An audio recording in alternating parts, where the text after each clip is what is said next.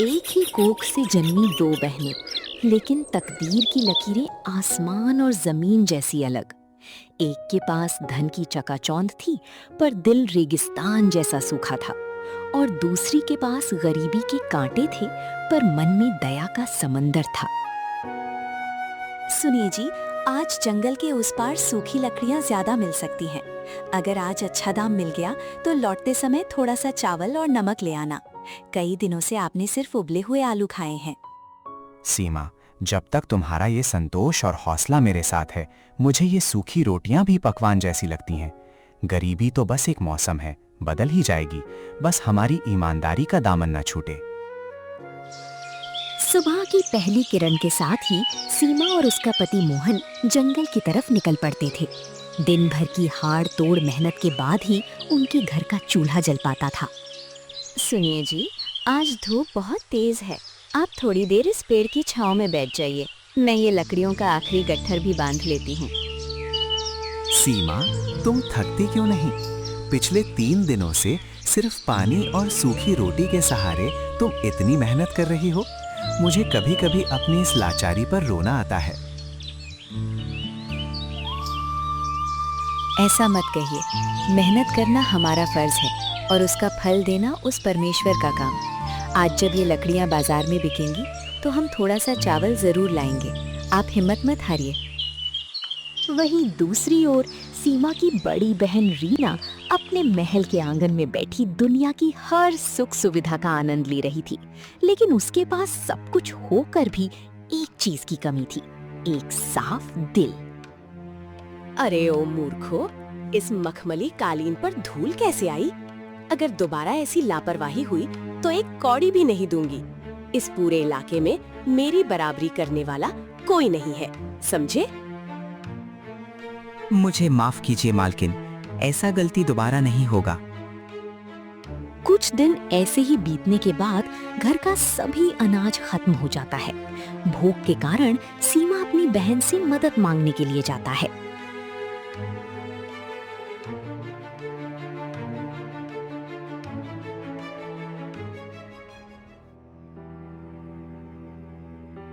दीदी, राम राम।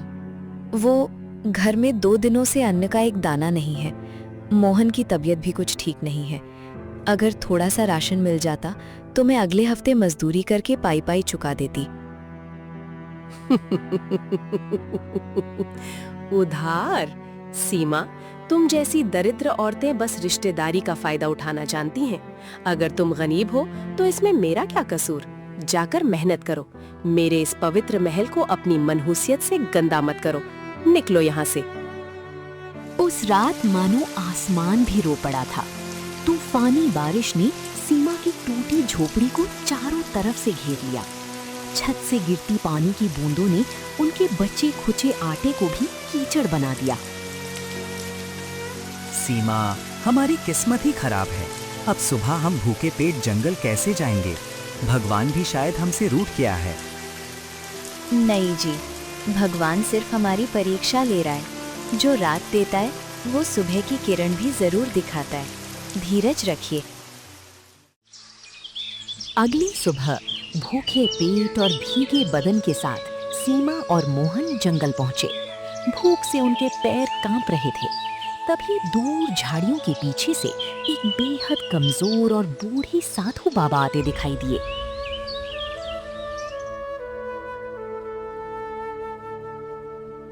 बच्चा, कोई है? 4 दिनों से इस जंगल में भटक रहा हूँ।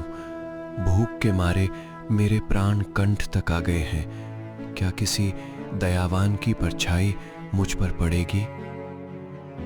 सीमा और मोहन के पास उस समय सिर्फ एक सूखी बासी रोटी बची थी, जो उन्होंने दोपहर के लिए बचा कर रखी थी। लेकिन उस बुजुर्ग की हालत देखकर सीमा का दिल पिघल गया। सुनिए जी, हम तो नौजवान हैं। एक दिन और भूखे रह लेंगे, लेकिन इन बाबा की जान खतरे में है। तुम ठीक कह रही हो सीमा। भूखे को अन्न देना ही सबसे बड़ा पुण्य है। बाबा, हमारे पास कोई 56 भोग नहीं है। बस ये एक सूखी रोटी है। कृपा करके इसे स्वीकार करें। जैसे ही साधु बाबा ने उस रोटी का पहला निवाला खाया, उनके चेहरे की झुर्रियां गायब होने लगी और उनकी आंखों से एक अलौकिक प्रकाश निकलने लगा। वे कोई साधारण साधु नहीं, बल्कि भेष बदलकर आए एक दिव्य संत थे।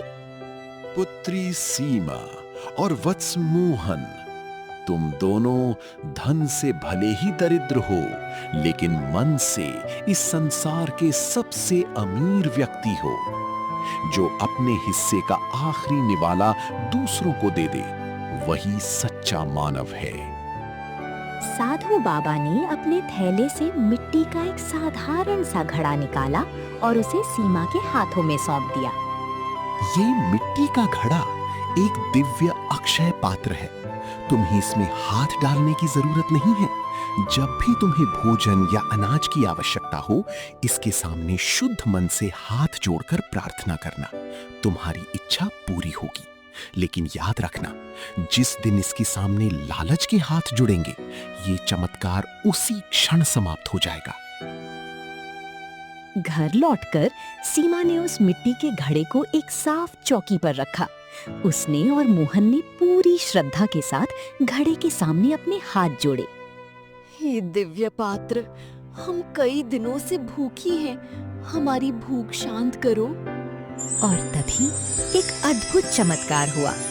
घड़े से रोशनी निकली और देखते ही देखते सूखी चौकी पर ताजी रोटियां, चावल, दाल और शुद्ध घी की खुशबू हवा में तैरने लगी। दोनों की आंखों से खुशी के आंसू बहने लगे। दिन बीतने लगे। सीमा और मोहन अब कभी भूखे नहीं सोते थे, लेकिन उन्होंने उस जादुई घड़े का इस्तेमाल सिर्फ अपने लिए नहीं किया।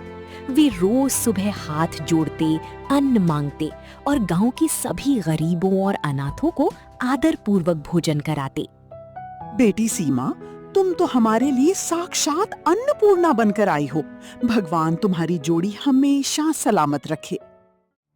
ये खबर जब महल की ऊंची दीवारों को लांघकर रीना के कानों तक पहुंची, तो उसके पैरों तले जमीन खिसक गई। ईर्ष्या और जलन ने उसकी रातों की नींद उड़ा दी। ये कैसे मुमकिन है? वो भिखारी कल तक मेरे टुकड़ों पर पलने की भीख मांग रही थी और आज पूरे गांव को दावत दे रही है। इसके पीछे जरूर कोई बहुत बड़ा रहस्य है। मुझे रात के अंधेरे में उसकी झोपड़ी पर नजर रखनी होगी। एक रात रीना छुपकर सीमा की झोपड़ी की खिड़की के पास जाकर खड़ी हो गई। अंदर का नजारा देखकर उसकी आंखें फटी की फटी रह गईं। हे दिव्य पात्र, कल सुबह गांव के बच्चों के लिए मुझे कुछ मीठा और फल चाहिए। ओह, तो सारा खेल इस मिट्टी के घड़े का है। अगर ये घड़ा मेरे पास आ जाए तो मुझे किसी के आगे हाथ जोड़ने की जरूरत नहीं होगी। मैं इसे चुरा लूंगी। आधी रात को जब सीमा और मोहन गहरी नींद में सो रहे थे, रीना बिल्ली के कदमों से झोपड़ी के भीतर दाखिल हुई। उसने बिना सोचे समझे उस दिव्य घड़े को उठाया और अपने घर की तरफ भागने लगी। पर वो मूर्ख ये भूल गई थी कि जो वस्तु आशीर्वाद से मिलती है, उसे चोरी की नीयत से कभी अपना नहीं बनाया जा सकता। अपने आलीशान कमरे में पहुंचकर रीना ने घड़े को टेबल पर रखा। घमंड और लालच में डूबी रीना ने उस जादुई घड़े के सामने अपने हाथ जोड़े। ए घड़े, सुन, मैं इस गांव की सबसे अमीर औरत हूँ। मुझे अभी के अभी सोने के सिक्कों का पहाड़ और हीरे जवाहरात चाहिए। तुरंत निकाल। लेकिन जैसे ही उसने लालच और हुक्म के साथ हाथ जोड़े, घड़े से कोई सोना नहीं निकला, बल्कि घड़े के भीतर से काले जहरीले सांप फुफकारते हुए बाहर निकलने लगे। नहीं, ये क्या है? बचाओ, कोई है? ये सांप, ये मुझे काट लेंगे। दूर हटो मुझसे, बचाओ। मौत को सामने देखकर रीना का सारा अहंकार ढह गया। वो अपनी जान बचाने के लिए उस घड़े को लेकर वापस सीमा की झोपड़ी की तरफ भागी। सुबह की पहली किरण फूट चुकी थी। सीमा, ओ सीमा, दरवाजा खोलो बहन, मुझसे बहुत बड़ा अनर्थ हो गया।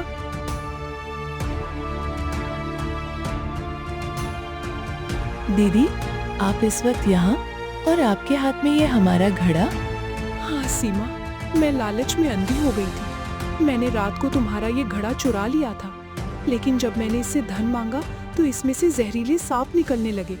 सीमा, मुझे धन के घमंड ने अंधा कर दिया था। आज मुझे समझ आया कि मैंने तुम्हारी आत्मा को कितना दुखाया है। मुझे सजा दो सीमा, पर मुझे इस पाप की आग से बचा लो। बड़ी बहन है, आपने अपनी गलती को पहचान लिया, यही आपकी सबसे बड़ी शुद्धि है। मुझे आपसे कोई बैर नहीं है। जैसे ही सीमा ने रीना को दिल से माफ किया, घड़े से निकले सारे सांप हवा में विलीन हो गए। साधु बाबा की आवाज अंतरिक्ष में गूंज उठी कि सच्चा पश्चाताप ही सबसे बड़ा प्रायश्चित है। बहन, आज से मेरा ये महल, मेरा धन सब इस गांव के गरीबों का है। अब से हम दोनों बहनें मिलकर हर भूखे पेट को भरेंगी। उस दिन रीना का पत्थर जैसा दिल पिघलकर सोने जैसा हो गया। दोनों बहनों ने मिलकर समाज की सेवा शुरू की। सच ही तो है, अमीरी तिजोरियों में बंद सोने से नहीं नापी जाती। असली अमीरी तो उस दिल में होती है जो दूसरों के दर्द को देखकर धड़कता है। लालच और अहंकार इंसान की बुद्धि को भ्रष्ट कर देते हैं, जबकि क्षमा, दया और निस्वार्थ भाव जीवन को सच्ची खुशियों से भर देते हैं।